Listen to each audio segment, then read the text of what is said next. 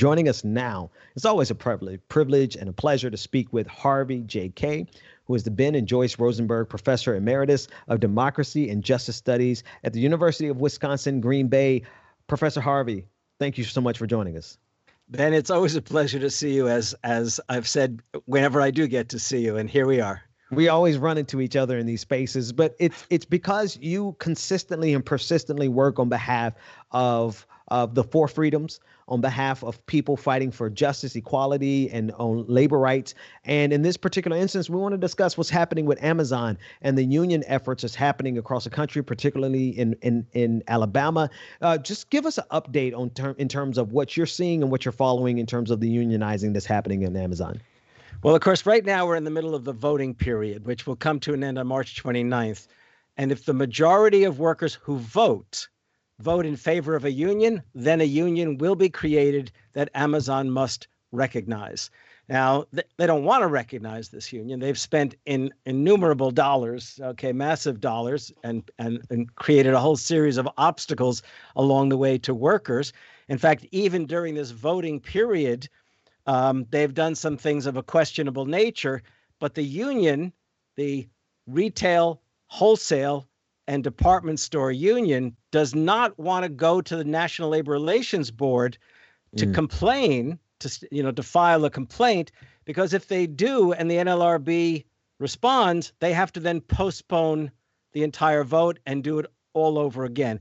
And that would be disastrous because, this has taken a lot of patience on the part of workers. First of all, not just to put up with the stuff that Amazon puts them through, but also to wait through these many weeks. And though I'd like to say all the workers will vote yes, that is not necessarily the case. Right. So where we are right now is it's a couple more weeks or more till March 29th, when we'll find out who wins. My hope is the organizers are talking confidently, but let's hope for the best on March 29th.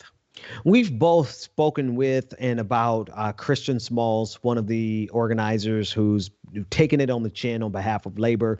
And one of the things that stood out from his conversations that I had with him was exactly what you just pointed out, that we can't count on all workers to side with the idea of creating a union.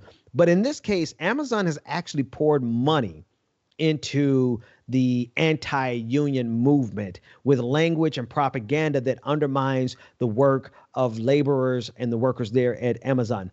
I want you to speak to that in general, but also this idea that workers need to vote on unions in the first place, when historically we understand unions help labor. And now it's like this cat and mouse game of who can convince the most people possible whether or not a union should exist or not exist. Talk about that. Now, I will start off with the last point you made and say that the reports that I had were that as soon as this initiative began, nearly 3,000 workers of the 5,875 workers signed up in favor of the union. Now, if we had a card check system, by doing that, they would have had a union, because that meant that the majority of workers were already endorsing the idea of a union. Right. But we don't have that. Okay. Right. So now let's come back to the anti-union efforts.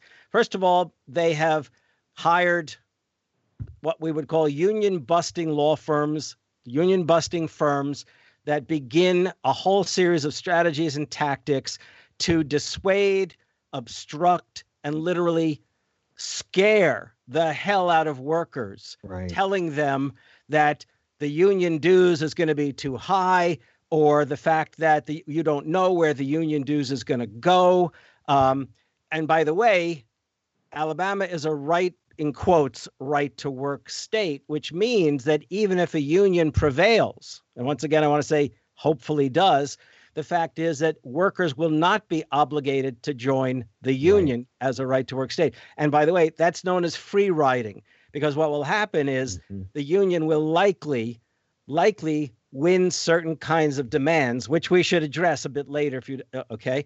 And the fact is that other workers will ride free on the union's efforts. And by the way, it also means that other enterprises in the Bessemer, Birmingham area, which are unionized, will feel less of the, if you like, free riding taking place, but it also means that other workers will continue to enjoy the benefits that the workers themselves have secured. No, I mean, seriously speaking, the anti-union effort has been really quite remarkable. So, for example, let's face the fact that these Amazon workers have a 10-hour shift, sometimes longer, but a 10-hour shift. In the 10-hour shift, they are afforded 2 30-minute breaks.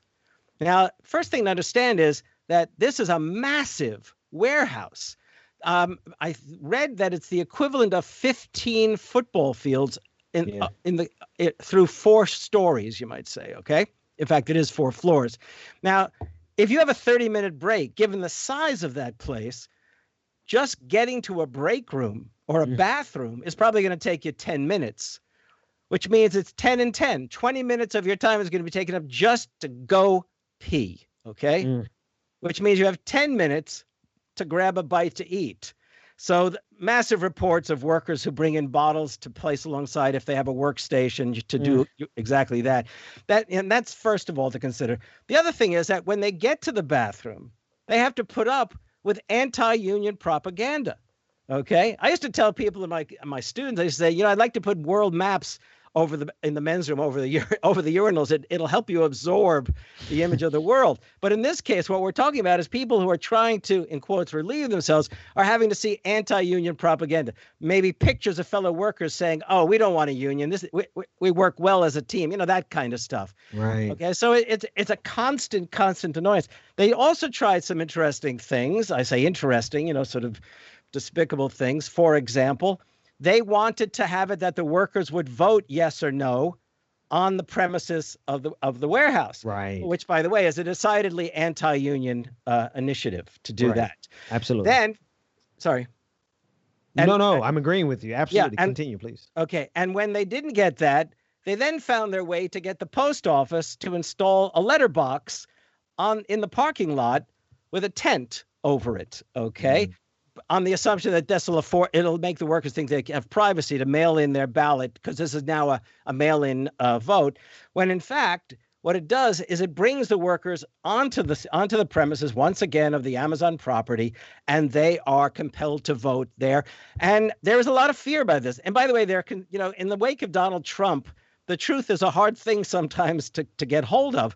And there are workers who are worried that in fact if they stick it in the box there, that for sure somebody's going to change the ballots, okay, because it's on the property of Amazon.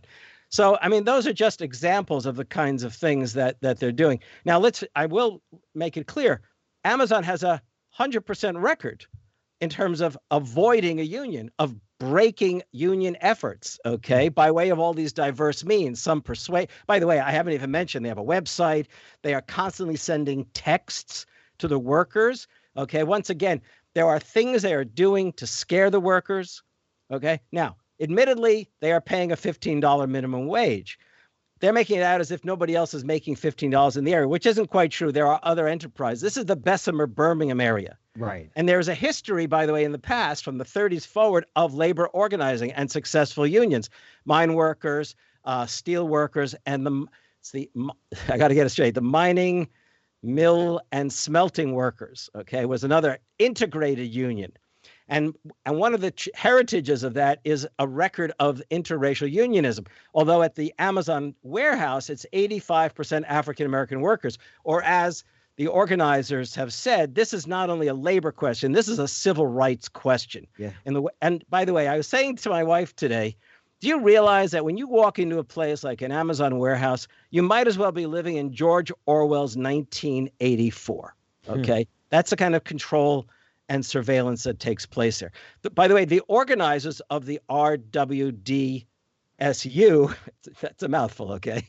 They themselves are, in many cases, poultry workers at local poultry plants that are organized already, that are unionized. I guess with the few moments that we have left, I guess I want to take it up to a 30,000 foot level, because why the cat and mouse game? We understand the role that unions play. And I do understand the states that are collectively trying to make their states right to work as a result of Republicans, conservatives, ALEC, the American Legislative Exchange Committee, trying to implement this across the country. But on the federal level, if we understand the role that unions play, why do we consistently go through this cat and mouse game where corporations have an inordinate amount of money to push back against a union when we understand in the majority, most people understand the role that a union will play in their own personal liberation? Yeah, I mean, it is hard to understand in part, but let's not forget that this has been going on for decades. Professor Harvey Kaye, it is always a pleasure to speak with you. Thank you so much for the work that you do. Thank you. Feeling is mutual. The pleasure's ours. Like what you see? Click the subscribe button below and don't forget to ring the bell to never miss another video from the Young Turks.